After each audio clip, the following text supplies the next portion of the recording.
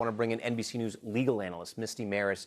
Misty, first, can you break down for our viewers the charges of attempted murder and what the prosecution ultimately needs to prove? Yeah, so it's an intentional or knowing attempt to kill another person. And in order to prove an attempt crime, there has to be an overt act towards actually completing the crime. But it does not require a showing of premeditation, just that there was intent. Yeah, I want to go back to that cross-examination of Ariel Koenig today. The defense seeming to try to paint, I guess, her character, saying that maybe she cheated on him, maybe she even attacked him. What are they trying to do there? So here's where it fits into the defense strategy. So the defense has said that this was actually an act of self-defense, that she actually engaged in a physical altercation with him first, and he was merely defending himself. And this stemmed from, according to the defense, her speaking about an affair and her husband, the defendant, saying, well, you know what? I'm going to break up the marriage. I'm going to disclose that you're having an affair. And that triggered her to actually attack him. So that's all part of the defense case. And that's why you're seeing so much of that on cross-examination,